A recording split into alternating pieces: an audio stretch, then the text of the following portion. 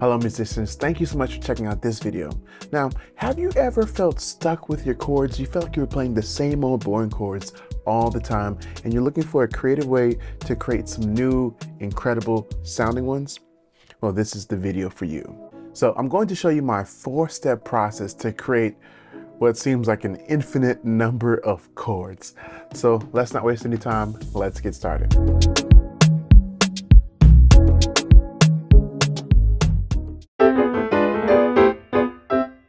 So the first step is to pick a scale. One of my favorite scales is the harmonic minor scale. So let's do it in the key of C. So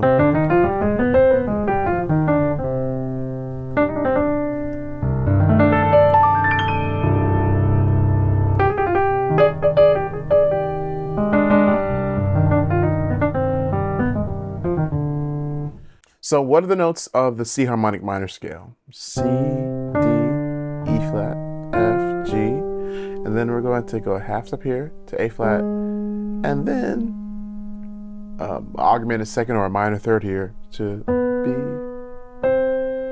So we have this gap right there.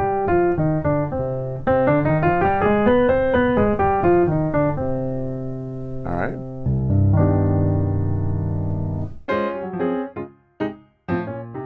Now, step 2 is find the triads. And I must admit, I'm going to go a little nerdy with the chords here. So we're going to go beyond like major and minor.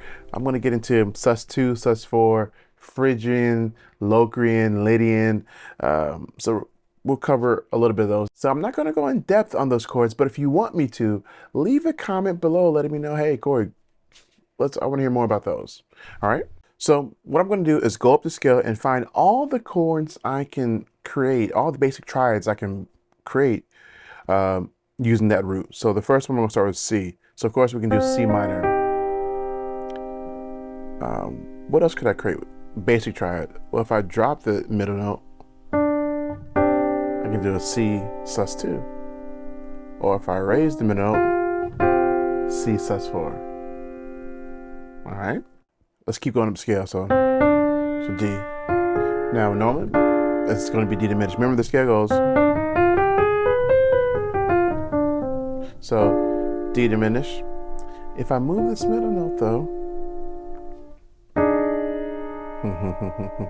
so now we get into D Locrian. Or if I move this middle note up, D Locrian again. Let's keep going. Up to the third note.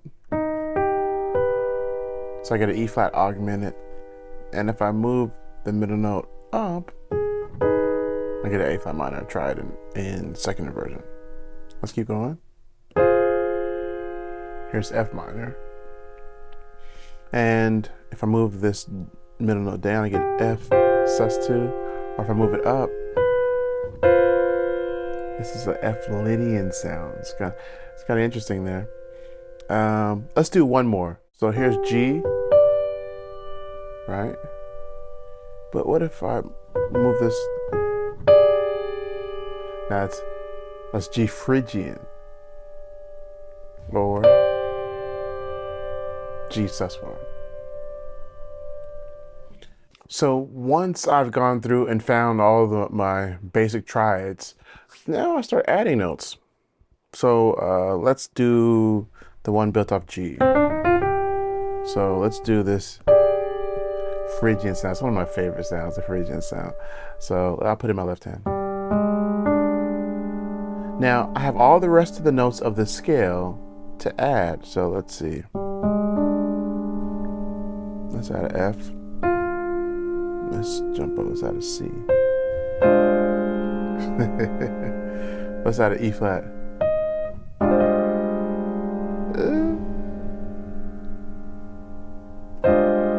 Tell you what, let's move this A flat up an octave to here.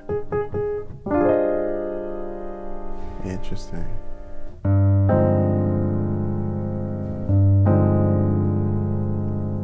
Interesting sound. Let's create another chord. Let's go back to C. Let's do the C sus4. And I'm gonna make it a C sus4 at the 7th on major 7. All right, so now let's keep adding. Let's add the maybe flat third and maybe the that. So interesting sound.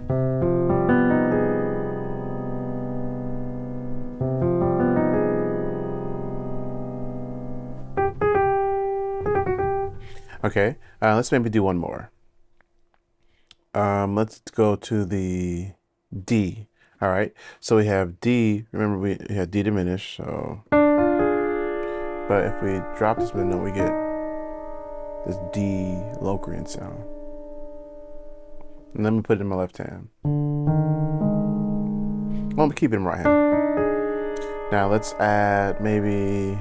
So let's add maybe the major 7. Maybe let's add the, and bring it down.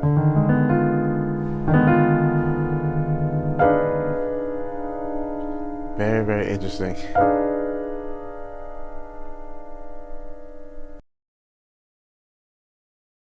So the next thing I like to do is question the chord. And I know you might be saying like, Chord, what does that mean? Well, I literally like to ask questions of the chord, like, how does this sound? How does it make me feel? Where does it want to go? Like, I'm trying to hear, where does it want to go? And I do not put labels on the chord. So I don't try to say it's a D, this, or whatever it is. I'm just trying to, now at this point, I'm just trying to listen and take in the chord and see, like, how does it make me feel? What is it saying? What does it feel like it wants to do? How does it want to resolve? And so I'm asking those questions of the chord and I'm answering them. So let's take that last chord we just did. So I think it was something like this. All right, so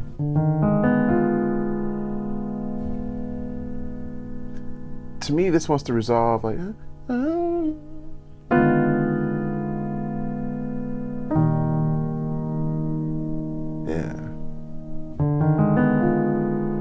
But it could resolve minor.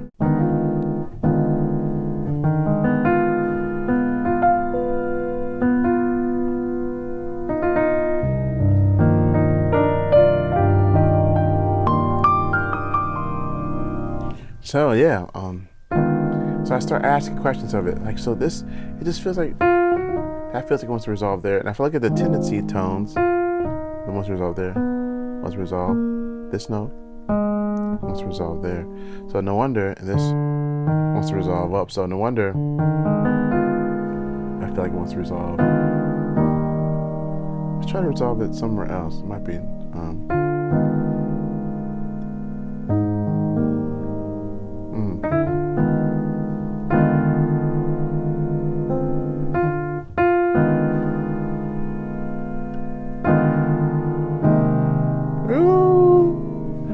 A flat, yeah, I'm hearing it.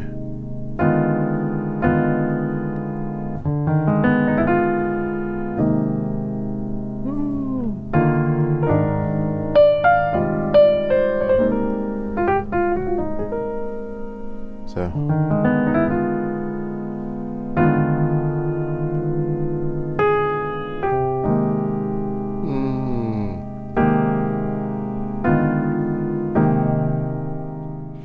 So this initial chord I'm pulling from, C harmonic minor, that exercise we just did, and then how we're resolving it now, I'm moving out of C harmonic minor and going into kind of whatever, back to maybe like a E flat major or something. So then I'm thinking, like I thought, this sound feels like it wants to resolve to E flat. So now I'm thinking E flat harmony. So I could do E flat, maybe F minor, or like A flat. So these are why things I'll pull to A flat. So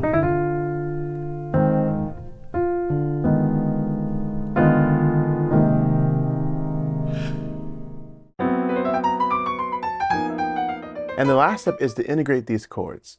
Now, I have an integration rubric that I created that I used in my mastermind groups and in private lessons and things. I don't think I've actually shared it here on YouTube, but I'll go ahead and share it with you all. So the first step is isolation. Can you play the thing in isolation, meaning without time, without anything else? Can you play the thing? In this case, the thing is a chord. So like we were just doing. So can you play it? Without any issues, can you play the chord? All right, cool, I can play it. Now the next thing is, once I've determined I can play it, I want to put it in a rhythmic environment. So that means, can I play it in time?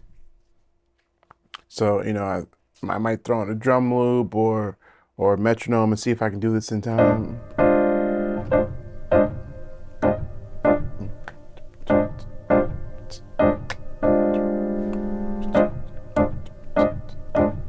Right?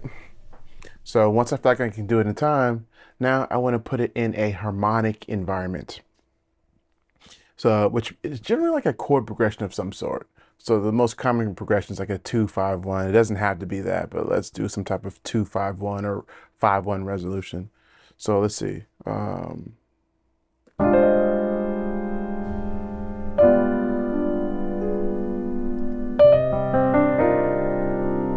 That works. So, oh yeah.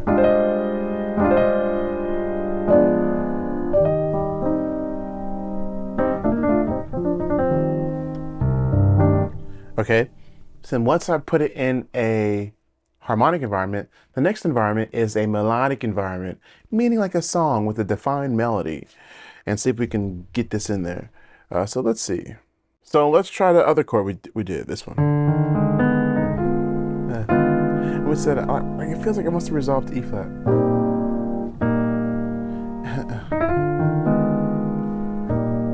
And it feels good resolving to like a B flat in first inversion, second inversion. It also resolves up very nicely. Let's resolve it down. Now let me see a song that uses this. So let's do Great Is Thy Faithfulness. I think I could fit this in there on that song in the key of A flat. Great is thy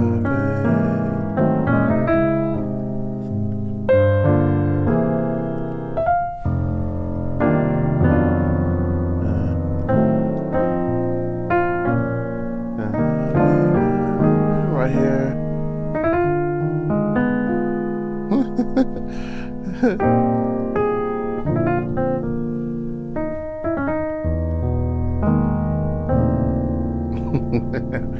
So yeah.